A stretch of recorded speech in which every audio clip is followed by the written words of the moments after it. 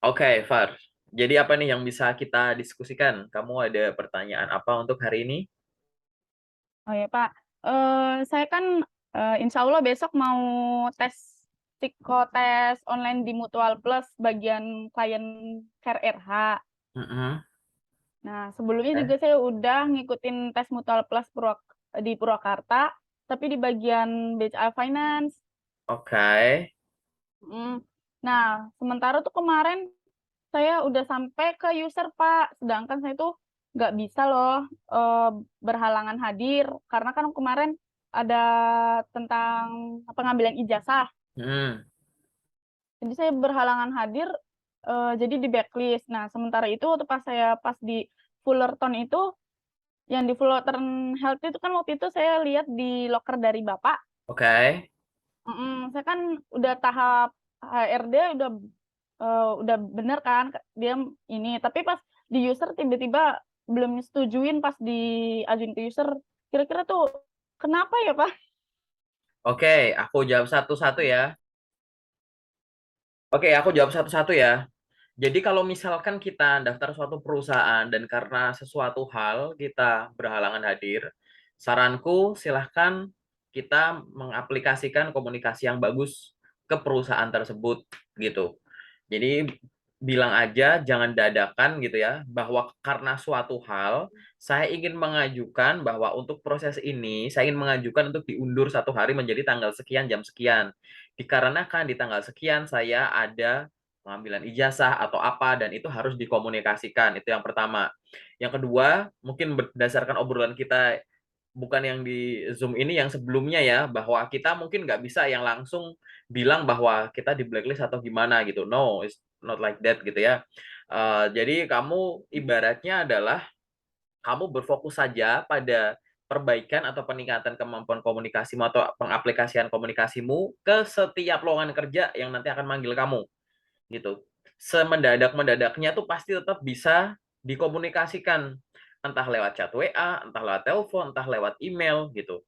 Dan itulah memang gaya komunikasi. Kenapa? Karena banyak sekali perusahaan yang akan memproyeksikan seorang kandidat sebelum dia itu diterima ke dalam kondisi dia sudah bekerja. Nah, dia di sini bisa gini nih. Oh, berarti nanti kalau kerja bisa gini ya. Atau itu kalau yang positif, atau lah ini kayak gini aja dia begini, apalagi nanti kalau udah kerja pasti gini. Nah gitu. Jadi memproyeksikan kondisi dia sekarang ke masa di mana dia akan dipekerjakan. Nah kita nggak tahu nih jenis proyeksi semacam ini itu akan diaplikasikan ke hal apa atau ke respon apa dari kita. Entah dari CV kita akan kita proyeksikan nanti kalau pada kita udah ditempatin. Dari interview kita mungkin gitu ya, dari proses interview mungkin akan diproyeksikan kepada teknik komunikasi, kemampuan komunikasi, koordinasi dengan ya rekan-rekan kerja pada saat udah kerja gitu. Oh dia komunikasinya bagus gini, berarti nanti bisa gini. Oh dia bisa menceritakan sesuatu yang kompleks menjadi bahasa yang sederhana dan mudah dipahami, nggak multitafsir. Oh berarti nanti kalau udah kerja dia juga bisa melakukan ini itu. Nah hal-hal semacam inilah. Nah, untuk bisa membiasakan diri kepada hal semacam itu ya kita harus meningkatkan jam terbang. Untuk apa? Coba mempraktekkan hal-hal yang demikian gitu ya. Itu sebagai evaluasi aja yang perusahaan pertama yang kamu sebut. Yang perusahaan nomor dua atau mungkin secara umum bahwa kenapa kok kita kadang terhenti di interview user. Padahal ibaratnya HR itu udah pede, ya kan? Biasanya HR udah pede tapi user juga terhenti. Nah, kita jawab dulu secara general gitu ya, Faria. Nomor satu, kita bukan kandidat tunggal. Oke, kita bukan kandidat tunggal, sehingga kita menyelesaikan proses interview dengan baik pun itu nggak cukup. Oke, kita pasti mau nggak mau pasti akan dibandingkan karena perusahaan tetap merekrut itu bukan keinginan pribadi, tapi keinginan bisnis perusahaan ini, sehingga mau nggak mau pasti akan dibandingkan. Mungkin kamu baik, tapi tidak lebih baik dari ini dan lain-lain. Jadi kamu bukan kandidat tunggal yang nomor satu. Yang nomor dua, kamu nggak lolos ke tahap selanjutnya itu ya bukan karena gagal di interviewnya. Oke, seorang kandidat itu dalam proses rekrutmen akan dinilai secara utuh, mulai dari dokumen yang ada di CV dan dokumen lainnya, psikotes, interview HR, interview user, semua itu akan dicocokkan. Misal case kamu di interview user gitu kan, Maka ini semua kesimpulan di interview user ini kamu diizinkan lanjut atau enggak, itu adalah dari proses awal sampai dengan user tersebut. Karena lolos dari satu tahap ke tahap yang lain, itu artinya adalah kesimpulan-kesimpulan awal yang cocok bertahap next next. Misal, dari CV-nya dan dokumen lain kamu cocok. Oke, kamu layak untuk kerja di sini. Kasih tahap ke selanjutnya. Oke, psikotes ngerjain macam-macam. Oh, dari hasil psikotes dan CV, oke ini kamu cocok untuk kerja di sini. Lanjut gitu. Jadi kecocokan itu diuji dengan metode ini karena ini kan bukan proses yang asal gitu. Sampai pada akhirnya di interview HR juga sama. Oh, dari sini sini sini ini sementara kesimpulan awal ini anak masih cocok. Lanjut kayak gitu. Ya. Nah, kamu harus sadar pada saat udah ada di user, artinya adalah yang dievaluasi adalah semua proses ini, bukan hanya di proses interview itu saja. Oke? Ini dua hal dulu nih. Oke ya. Yang nomor tiga, pada saat kita selesai interview user, kita kadang kan suka berpikir gitu, kita tuh gagalnya di mana, salahnya di mana gitu ya. Nah, ini aku informasiin dulu secara umum, interview, baik itu HR atau user, pada dasarnya akan menilai tiga hal atau akan ada tiga hal yang diukur gitu pada saat menjalani interview. Yang nomor satu adalah mengetahui, yang nomor dua melengkapi, yang nomor tiga mengkoreksi. Ini adalah hal-hal yang dilakukan di interview HR maupun user. Mengetahui apa sih? Mengetahui informasi-informasi baru yang mungkin belum diperoleh dari tahap-tahap sebelumnya. Oke? Dari sini belum muncul, dari sini belum disampaikan, dari sini belum terukur, di sini muncul. Oke. Yang nomor dua adalah melengkapi. Melengkapi apa? Dari tahap-tahap sebelumnya, pasti kita udah punya kesimpulan-kesimpulan awal, informasi soal kamu sampai dengan tahap tersebut. Nah, di sini interview user juga akan melengkapi informasi yang barangkali sebelumnya kita cuma tahu cuma lingkaran luarnya saja, permukaannya saja. Ternyata kamu bisa lebih dalam, lebih jauh, lebih tinggi gitu ya. Semacam itu. Jadi nomor dua adalah melengkapi. Yang tiga adalah mengkoreksi. Tadi di sebelumnya aku udah nyampein bahwa lolos ke tahap selanjutnya ini adalah kesimpulan-kesimpulan kecil bahwa kamu cocok, cocok, cocok, cocok, cocok gitu ya. Sampai dengan ke user. Nah, di sini di interview user pun kamu juga akan dievaluasi bahwa oh sebelumnya tuh kita nilai kamu tuh gini loh, ternyata gini ya gitu. Nah, ini artinya juga bisa positif atau negatif ya tiga hal ini ya gitu. Oh, awalnya aku Hmm. pikir gini, ternyata gini. Nah, itu aku cuma rubah nada aja. Oh, awalnya gini, ternyata gini ya, gitu. Nah, inilah hal-hal semacam ini yang akan dilakukan baik di interview HR atau user. Sama aja. Nah, bedanya apa? Interview HR sama user kan dua hal yang berbeda, walaupun ada irisan. Arti irisan itu adalah mungkin ada pertanyaan yang udah ditanyain ulang gitu ya, untuk mengetahui soal kamu atau sesuatu yang pengen diukur. Nah, kamu harus paham bahwa interview user itu pada dasarnya adalah mencocokkan kamu dengan aku, misalnya aku user ya gitu. Kamu itu cocok nggak sih dengan leadernya aku? Kamu bisa berbaur nggak dengan tim yang udah ada? Kamu sejauh ini sudah punya pengetahuan sampai mana? Pengalaman sejauh apa? Kamu, kalau aku taruh di timku, kamu bisa ngikutin kecepatannya nggak? Entah kecepatan belajarnya, kecepatan kerjanya, gaya komunikasimu cocok nggak dengan timku ini? Dengan aku gimana? Kamu kira-kira kalau nggak tahu kalau diajarin gimana? Dan lain-lain, kayak gitu. Nah, ini adalah hal-hal yang akan dievaluasi dari kamu, gitu. Jadi harus dipahami bahwa ya ini semua, oke? Itu yang akan dilakukan. Terus yang tahap selanjutnya, hal selanjutnya yang secara general yang kamu harus tahu adalah gagal di interview user tidak menunjukkan kegagalanmu secara total gitu. Gagal di user udah nggak ada harapan lagi, nggak kayak gitu. Ini lebih kayak kecocokan juga kok kayak gitu ya. Jadi di sini apa yang harus kamu evaluasi adalah coba diingat dulu karena user itu biasanya hal-hal yang sifatnya teknis, coba dibayangkan posisi yang kemarin kamu lamar atau beberapa interview user yang kamu gagal, coba cek ulang. Cek ulang apa? kemampuanmu dibandingkan dengan kualifikasi orang yang boleh duduk di kursi itu. Apa yang kamu sudah punya dan kuasai? Udah tertulis di CV belum? Sudah disampaikan belum? Gitu. Atau mungkin ada yang kamu udah bisa kuasai tapi masih basic, masih perlu diasah lagi.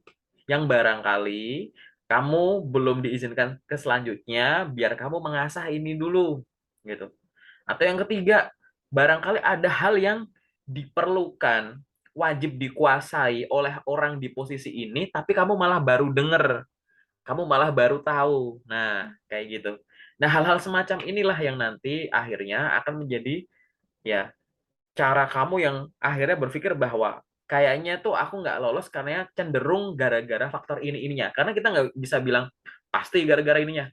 Kalau pasti misalkan lagi interview tiba-tiba usernya kamu tampol gitu ya, itu udah pasti tuh gara-gara kurang ajar misal gitu. Tapi kan kita nggak tahu nih, ya kan, ini kan berjalan dengan baik, kamu melamar kerja dengan baik, ya kan, diumumkan belum bisa lanjut juga dengan baik gitu. Karena sama-sama baik semacam ini, tadi faktornya dari awal itu tadi ada macam-macam hal semacam itu.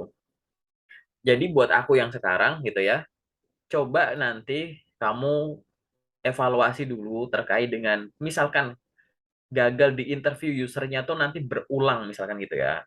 Aku nggak tahu nih pernah terhenti di user beberapa kali nggak. Kalau memang berulang gitu ya, coba bayangkan posisi yang kamu lamar itu mirip-mirip nggak, sama nggak, menuntut kamu punya kecakapan tertentu nggak, skill tertentu nggak, atau ada nggak pertanyaan yang berulang dari perusahaan A, B, C misalkan. Pertanyaannya tuh sama berulang dan aku masih bingung gitu. Jawabnya gimana ya? Nah, gitu-gitu. Mungkin ada yang semacam itu. Atau kemampuan pendukung lain yang akhirnya sebenarnya dibutuhkan sama mereka.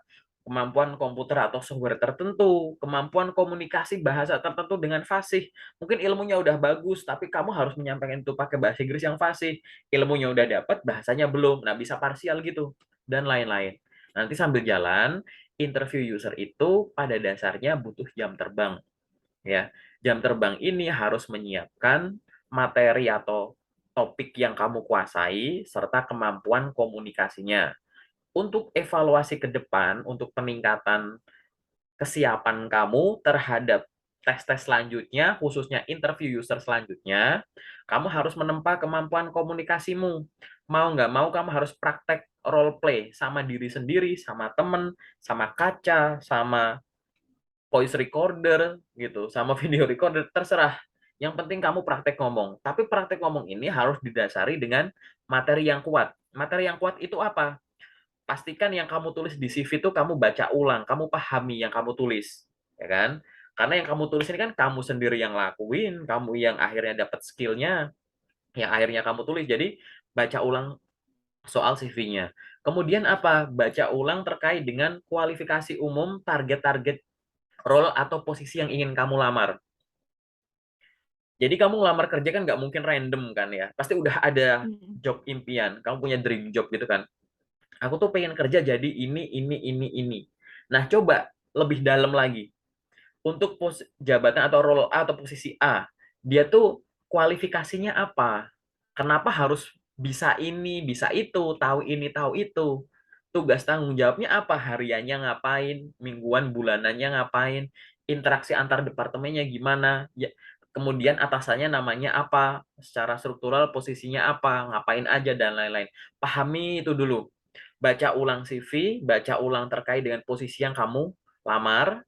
Yang ketiga, pelajari pertanyaan interview yang sering muncul gitu. Banyak interview baik di HR atau user ada pertanyaan-pertanyaan yang pada dasarnya tuh kamu bisa temukan di internet, bahkan di channel YouTube-ku juga ada di playlistnya itu, playlist interview terkait dengan pertanyaan-pertanyaan yang biasanya muncul. Nah, biasa muncul itu tidak didefinisikan sebagai kalimatnya sama persis. Nanti kamu akan menemukan bahwa ada pertanyaan yang beda-beda, tapi intinya tuh nanyain pengalaman kerjamu, misal. Ada pertanyaan yang beda-beda, padahal intinya menanyakan skill kamu, gitu. Nah, itu silahkan Hmm. kamu familiar dulu sama pertanyaannya, kemudian dipelajari. Mempelajarinya bukan misalkan, oh kalau ada pertanyaan gini, jawabnya gini. Misalkan kan kalau kamu browsing, googling itu kan ada kayak gitu ya. Pertanyaan yang biasa muncul, mungkin yang muncul di situ adalah artikel atau buku atau apapun itu yang tulisan gitu. Mungkin ada yang ngajarinnya adalah, oh kalau pertanyaan gini, jawabnya gini gitu. Nah, coba kamu gali lebih dalam. Muncul pertanyaan ini tuh kenapa? Pada dasarnya tuh nanyain apa gitu. Apa yang boleh disampaikan, apa yang nggak boleh disampaikan, cara menyampaikannya gimana, ada alternatif cara penyampaian yang lain nggak? Lalu kalau aku nggak sengaja keceplosan, balikin ke jawaban yang benar gimana ya gitu. Itu kamu simulasikan. Setelah itu kamu simulasikan dengan cara praktek. Praktek itu mengingat dengan anggota badan, membaca itu mengingat dengan otak dan hati gitu ya. Nah, hal-hal yang semacam ini nantinya akan membuat kamu lebih siap untuk tes interview. Lebih siap di sini, mau interviewnya 2 hari lagi, kayak 3 hari lagi, besok, atau dadakan, mau lewat telepon, video call, walk-in, ketemu langsung, itu sama aja. Performanya sama aja. Mau habis ini pagi kamu interview perusahaan A, siang interview perusahaan B, C, perusahaan C, mood kamu ya, kemampuan jawabmu itu akan sama aja. Orang namanya udah ahli kok, udah terlatih gitu. Bagusnya adalah setiap tahap di interview itu mayoritas udah bisa kamu pelajari sebelum ada panggilan tes. Belajar pertanyaan yang biasa muncul, nggak perlu ada panggilan kan, kamu bisa belajar dulu. Baca ulang CV, kamu bisa baca dulu, pelajari dulu, diperkuat lagi yang kamu pelajari sebelumnya di kampus dan lain-lain misalkan. Apalagi misalkan pertanyaan yang sering muncul bisa dipelajari dulu gitu. Paling nanti kalau begitu ada panggilan lebih dalemi riset soal perusahaannya di websitenya, di Iya. official sosmednya gitu. Udah cukup itu aja. Nah, ini adalah keseluruhan aktivitas yang bisa kamu lakukan pasca kamu sadar bahwa pernah gagal di tahap interview user. Di sini aku nggak banyak bahas CV kan ya, gitu. Kalau kamu dengerin ya beberapa menit ini aku nggak bahas soal CV-mu. Kenapa? Kalau kamu sudah pernah dipanggil sampai suatu tahap yang jauh, artinya CV-mu tuh bahkan belum aku review nanti di sesi detail ya, CV-mu tuh udah siap pakai. Paham nggak? Kecuali misalkan kamu kok nggak ada panggilan terus. Nah ini kamu boleh tuh suspeknya, oh, ini kayaknya CV-nya yang bermasalah. Tapi coba kita biasakan untuk gitu ya, tidak selalu menyalahkan CV pada saat kita gagal di tahap lain. Gagal di psikotes yang diedit CV-nya. Gitu kan. Sering gagal di interview HR yang diedit CV-nya, sering gagal di interview user yang diedit CV-nya, nggak gitu. Coba yang jadi masalah utama, jadi fokusmu yang dipelajari, tahap sebelum di tahap ini, tahap sebelum tahap yang jauh ini untuk dioptimasi. Misalkan kamu paling sering gagal di interview user, misal, maka fokus belajar di interview user dulu. Nah, tahap sebelumnya, mulai bikin CV sampai interview HR, ini di-upgrade aja. Biar nanti kesempatan kamu, dalam tanda kutip, panggilan interview user makin banyak. Nah, nanti kalau panggilan interview user kamu udah makin banyak, udah bisa kamu jawab. Dengan apa? Dengan kamu yang lebih mampu untuk melalui interview user tersebut gitu. Nah ini secara umum tuh kayak gitu ya Far ya gitu. Nanti detailnya gimana aku bakal jelasin di sesi detail aja. Ada lagi nggak yang belum aku jawab atau ada pertanyaan lain juga boleh. Kita diskusi santai aja. Ada ada pertanyaan lagi, Pak. Apa tuh? Saya kan mau nge-up branding ke LinkedIn tuh gimana ya, Pak? Cara posting-posting yang bikin menarik HRD kayak gitu loh, Pak. Oke, oke, Soalnya saya kadang nggak pede mau nulis apa gitu. oke. Gini, branding di LinkedIn itu penting banget bagi setiap job seeker. Mau fresh grade, udah punya pengalaman, masih muda, atau udah senior gitu ya. Wajib. Kenapa? Kita nggak tahu kerjaan yang datang ke kita nantinya ya itu gara-gara kita ngelamar atau kita ditawari ya kan, karena aku nggak tahu nih kamu dapat kerjaan tuh gara-gara ngelamar, aktif ngelamar kerja, ngirim lamaran, ngirim CV, atau tiba-tiba ada yang nyasar tuh di salah satu sosmedmu terus di DM ditawari kerjaan. Kita nggak ada yang tahu karena sebagian yang review sama aku ada yang dapat kerja gara-gara ngelamar, ada dapat kerja gara-gara ditawari. Nah, branding ini adalah porsi ditawarinya, ini lebih fokus ke sini ya kan. Untuk setiap konten yang diposting gitu, coba kamu bayangkan posting itu satu rutin, rutin ya, rutin, konsisten. Yang nomor dua, posting sesuatu yang kamu kuasai dan terbiasa. Jadi cuma butuh konsistensi dan posting sesuatu kamu yang terbiasa, bisa dan terbiasa gitu. Apakah aku harus konsisten posting setiap hari? Nggak harus. 2 hari sekali, 3 hari sekali. Yang penting ada aktivitas posting. Ini aku ngomong fokus ke posting ya, gitu. Silahkan. Ya. Posting mau tiap hari juga boleh. Ada banyak orang yang posting setiap hari. Ada yang 2 hari sekali gitu. Oke, itu dulu. Yang kedua, posting sesuatu yang kamu bisa dan biasa. Artinya apa? Jangan melulu posting soal perkenalkan nama saya Farah bla bla bla bla. Sekarang saya sedang mencari pekerjaan. Jadi jangan posting berulang hal yang sama open to work gitu. Simpelnya tuh gitu, ya kan? Postingan itu bisa dikonsep. Misalkan apa paling simpel? Kamu berbagi setiap pengalaman profesional, entah di pendidikan, entah di kesehatan, yang berguna bagi banyak orang. Contoh, ini kan kamu kan orang kesehatan nih, gitu kan? Nah, aku akan bikin postingan setiap hari. Misalkan aku jadi dokter ya, aku dokter, aku lagi nyari dokter nih. Aku ngincer rumah sakit misalkan.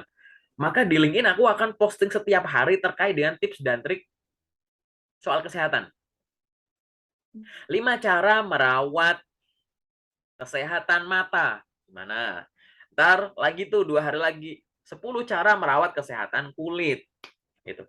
Ntar lagi. Gitu. Cara apalagi biar fit, begini-gini. Gitu. 10 cara gini. Kayak gitu-gitu aja tips masak. Kan kamu nguasai masalah kesehatan kan ya. Kamu punya ilmunya. Silahkan. Tapi aku lupa ke ilmunya. Nah, konten itu atau postingan itu kan untuk branding. Kamu menguasai dengan bikin konten mau nggak mau kamu belajar lagi, cross check lagi udah bener belum sumbernya dari mana, diposting dan berguna bagi banyak orang. Nanti akhirnya apa? Kamu kan belajar lagi gitu. Jadi bikin konten nggak harus yang ada di otak. Kalau kamu lupa buka buku nggak masalah. Banyak kok teman-teman yang posting di LinkedIn itu adalah misalkan gini. Sekarang tuh aku lagi baca buku tertentu. Aku baru baca buku tuh sampai katakanlah halaman 50. Nah, postingan dia itu kayak dari halaman 1 sampai 10 tuh aku dapat apa? Aku posting satu. Jadi berbagi ke orang gitu loh. Aku juga juga makin ingat, orang jadi tahu juga. Rutin aja. Nggak harus tiap hari gitu. Gitu. Nah, nanti akhirnya kamu akan paham bahwa oh ternyata aku posting rutin ini tujuannya tuh buat apa? Branding tadi yang artinya apa? Aku tuh pengen dikenal khalayak itu, aku tuh suka apa? Aku tuh menguasai apa gitu. Apakah harus sesuai dengan bidangku terus? Enggak, sesekali disisipin hobi kamu apa nggak masalah gitu. Tapi fokusnya itu tadi tetap kegiatan yang rutin. Analoginya tuh gini, kamu tahu petani gitu. Petani itu dikenal sebagai petani apa gara-gara dia 24 jam di sawah? Kan enggak, ya kan?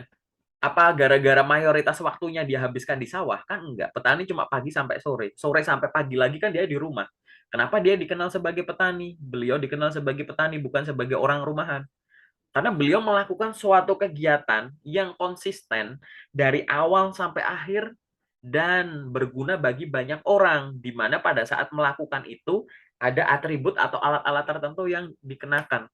Nah, itu semacam itu. Kamu kalau pengen ngelamar kerja hubungannya sama kesehatan, posting aja sektor kesehatan. Itu kan memang bidang kamu, gitu kan. Kamu memang menguasai di situ, terbiasa di situ, apalagi nanti kamu ingin berkarir di bidang itu, gitu ya. Kayak gitu. Dicoba dulu. Kalau masih susah bayanginya, browsing di googling dulu. Ide postingan LinkedIn gitu. Nanti dipilih, akhirnya dibayangin, oh ini ada yang bilang terkait dengan mitos atau fakta. Ya udah, berarti mitos atau fakta soal kesehatan. Ada lagi nih, misalkan terkait dengan tips dan trik. Oh ya udah, berarti tips dan trik soal kesehatan. Jadi disangkut pautin dengan bidangmu gitu. Jadi nanti ide ide postingannya jadi variatif. Ini baru ngomongin ide posting. Tapi ingat, yang harus dilakukan di LinkedIn untuk branding bukan posting saja, tapi semua aktivitas. Connect orang baru, follow orang baru, komen postingan orang, ngucapin selamat utang, ngucapin selamat dapat kerjaan, bikin postingan. Nah, ini semua tuh. Karena LinkedIn itu bukan platform pencari kerja. LinkedIn itu tetap sosmed. Sosmed yang ada platform pencari kerjanya gitu paling gampang. Gitu ya, Far ya. Oke, ada pertanyaan lagi nggak yang bisa kita diskusikan? Yang kamu masih bingung? Cukup, Pak. Cukup? Oke, kalau udah cukup berarti sekarang kita masuk ke sesi detail ya.